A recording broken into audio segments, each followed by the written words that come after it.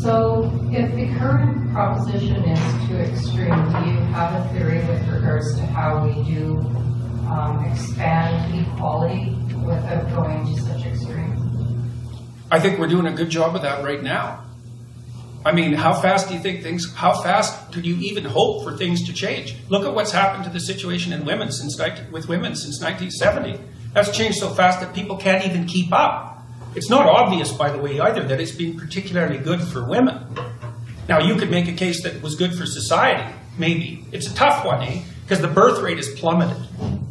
And so, you know, maybe you don't care about that. Maybe you think there's too many people on the planet already, whatever. But, you know, it isn't that easy to figure out when something is working properly. One of the things we do know, we seem to know, is that to the degree that rights are extended to women, economic prosperity follows. So you can see worldwide that the societies that have extended the rights to women most extensively are also the societies that seem to be flourishing economically. And there does seem to be a causal relationship. But women have paid a big price for that. So what's happened in part is, first of all, for say, women who are middle class or lower, their lives have essentially fallen apart because marriage is now restricted to the rich, which is also something to think about for those of you who think marriage is an oppressive patriarchal institution. It's like, okay, then why are only the rich people getting married? They're oppressing themselves? I don't think so. And so the women who are in the lower socioeconomic stratas are suffering madly, and so are their children. And they have terrible jobs most of the time, like jobs in retail where, you know, they're called in every day for the next day. They don't have a schedule that's set out ahead of them. They get paid very badly. They've got kids to take care of. And so they have no free time. It makes them really easy targets for useless predatory males. And it's really hard on the kids. And that's like 40% of the female population, something like that. You guys, you know, well, I don't know about all of you, but you're in university. You're part of the privileged cognitive elite, you know. So these sorts of things don't really touch you the same way they touch other people. And so women are much unhappier if you look at national polls than they were, say, in the late 1950s and early 1960s. And I think that's partly because freedom and happiness, those are not the same thing. They're not even close. And you know, I see young women all the time struggling to figure out what to do with their lives because they have no idea how to have a job/career and a family. So, and there's no answer to that. It's a really difficult problem. You know, and there's all sorts of ideas, like I did a lot of consulting for law firms for a long time, about a decade, and I had a lot of clients who were extremely high-functioning female lawyers, younger ones, trying to figure out how to balance their career with their desire to have a life. And, you know, you hear all the time about women being denied access to positions of power, and that's the consequence of prejudice and oppression. It's like, yeah, everything is caused by the same thing first. Right, you have got one causal principle, wonderful, now you're a philosopher. You can figure out everything with it. It's like the law firms cannot keep their women in their 30s. They cannot keep them, the big law firms. They all leave. Why?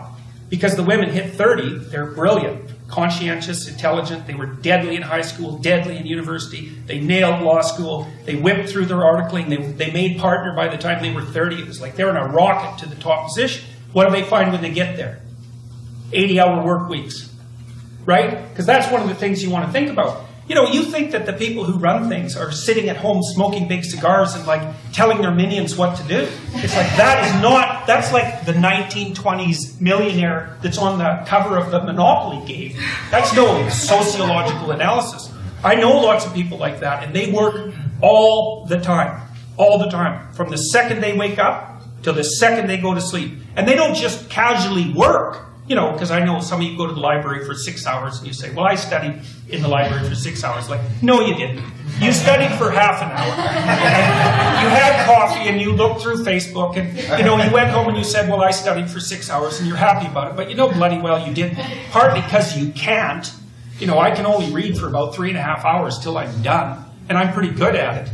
So these people who are running things, there's corrupt people, obviously, but the vast majority of them, first, are self-made, and second, they're so bloody efficient and smart, you cannot believe it. And they work 80 hours a week. And most of them happen to be men. And why is that? Because there are a small number of insane men who will do nothing but work 80 hours a week. And no matter where you put them, if you put them in the middle of a forest with an axe, all they would do is run around chopping down trees. So the issue isn't why aren't there more women in positions of power? It's why are there any men insane enough ever to occupy those positions? You know, because we also know, and the data on this is very clear, what's the relationship between money and well-being? Once you have enough money to keep the bill collectors from your door, so once you have enough money to stave off misery, which is sort of lower middle class, something like that in our society, maybe a little lower than that, extra money does not help you. It does not improve your life. So why bother with it? Well, that's what the women in the law firms think. It's like most of them, by the time they're in their 30s, are married. Almost all of them are married to men who make as much money or more than they do, because that's what women go for cross-culturally. 4 to 5 years older, equal or higher in the socioeconomic status. So their husbands already make $350,000 a year. It's like they think, well, I don't need much more money. The men use money to keep track of the competition, by the way, because all the male lawyers that I talk to are usually real hard-ass guys, really low in agreeableness, really high in conscientiousness, like conservative types, low in openness as well. And they want to win.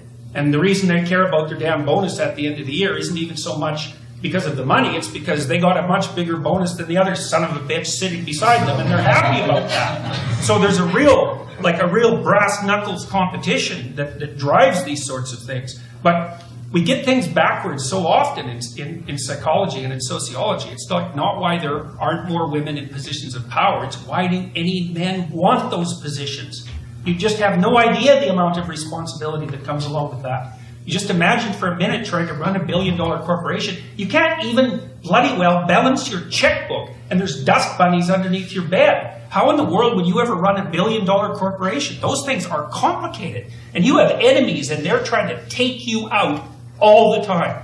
You look at Apple and Samsung, man, they're just torturing each other in the courts nonstop. You know, if you're running a big corporation, you'll be handling 200 or 300 lawsuits at a time. And that's just nothing compared to the complexity of what you actually have to do. Stay on top of the technology, constantly interact with your large customers, travel all the time because you have to maintain the relationships. You have to regulate the politics inside the business.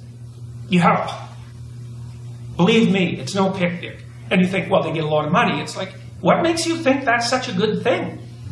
You know, like if you're half crazy and you have a lot of money, you're going to be crazy a lot faster, I can tell you that. Because it frees you from all sorts of constraints. You know, we know the data on lottery winners. They're no happier a year later, and some of them are done. Especially if they had like a bit of a cocaine problem to begin with. Because, you know, being broke stops you from dying if you're a cocaine addict. You get enough money and away you go. And you think to yourself, you know, you've got all sorts of bad habits and weirdnesses. If somebody dumped an infinite amount of money on you, what makes you think you wouldn't unravel completely? It's highly probable. So, anyway, so back to these women. You know, what they do when they're 30 is they look around and they've hit partners, so they've hit the pinnacle of their profession. They think, what the hell am I doing this for? Why would anyone in their right mind want to be woken up at 3 in the morning Sunday by their irate Japanese client who wants them to work for the next 5 hours nonstop to fix this damn problem, which is going to cost them $100 million right now? Or we'll find someone else to pay $750 an hour to fix it right now. And you think, well, that's, you know, a masculine form of value, because that's one of the criticisms. If the law firms just adopted a more feminine structure of value, it's like, what kind of bullshit is that? The reason that you get up at 3 in the morning on Sunday to talk to your Japanese client who's freaking out about their contract is because if you don't jump the hell up and do it right now, there's some starving associate who's unbelievably ambitious in New York who will pick up the pieces in 0.2 of a second, and they're smart and aggressive and they'll take you out. So it has nothing to do with masculine structures of value. All the foolish ideas. And, you know, it's not just law where this happens. You know, we know, for example, that female doctors work far fewer hours too. So the more female doctors you have, the more doctors you have to have. And I'm not complaining about women's priorities. I'm not saying the women are wrong. Not at all. It's like the older I get, the more I understand that marriage and family are of primary importance. And the more I see women in particular, you know, they hit 35 or 40 and they're not married and they don't have kids and they are not happy. Because what the hell are you going to do from the time you're 40 till the time you're 80? You got no family? You got no relationships? What are you going to do? Go run your company.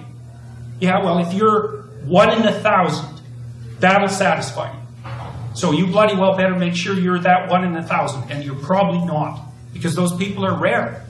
So then, because Dr. Peterson, one of the natural responses to what you just said would be, okay, well, the priorities are, it's a rigged game because only women are the ones who are able to procreate. So what do we answer to that? Of course it's a rigged game. Obviously it's a rigged game. Women have complicated lives, and the pill has made them more complicated. Well, that's not, I wouldn't say that exactly because, you know, 100 years, in 1895, the average person in the Western world lived on $1 a day in today's money. Okay, so those people worked so hard and slaved away to such a degree that you can't even imagine it, and all their kids died, right? So the death rate among kids below 5 was beyond comprehension, and so like women had a terrible time of it, and well, so did men. They got to be coal miners and soldiers, because that wasn't exactly entertaining, you know. So life was very, very, very, very, very hard before we got rich, and we're rich. Even those of you who are in this class who think you're poor, it's like, oh, no, you're not. You're in the top 1/10 of 1% by historical standards, and probably there by current world standards as well. Of course, you can just compare yourself to the few people who are richer than you and feel sorry for yourself, but that's pretty pathetic in my estimation. So it is certainly historically uninformed. So yeah, women have it rough, obviously. Now, there's other things to consider. You do live 8 years longer. So that's not trivial. Testosterone kills men. That's basically why men die earlier. You know, and men are much more likely to be killed in dangerous jobs. They do almost all the dangerous jobs. They do almost all the outside work. And there's lots of reasons that men get paid more than women that have nothing to do with prejudice. It's because they take awful, horrible jobs, like working in the oil rigs in northern Alberta when it's bloody 40 below, and come out of, of that after 5 years with 2 or 3 fingers missing and all warped up. Because you really want to wrestle pipe when it's 40 below and it's filthy with a bunch of ordinary men who are hungover beyond belief? It's like, that's not very entertaining. So yeah, I mean, each gender, each sex has its own unfairness to deal with, but to think of that as a consequence of the social structure, it's like, come on, really? What about nature itself? And this is something that seems to be completely invisible on the left side of the political spectrum. It's like, of course you're bloody oppressed and your life is full of suffering, obviously. But to think about that as a direct consequence of unjust social structures is just moronic. It's like, that's part of the reason, a small part, but look where you're sitting, people. It's pretty warm in here. And you're so privileged you can come here on Saturday morning and listen to an intellectual lecture. It's like, you should be happy about that, because by historical standards, you should be out lifting rocks in your skeletal form, about 5'3" with no teeth. So, fighting with cougars. Yeah, cougars and lions, yeah, exactly. So, there's no gratitude, that's the thing. There's no gratitude for what our society is capable of doing.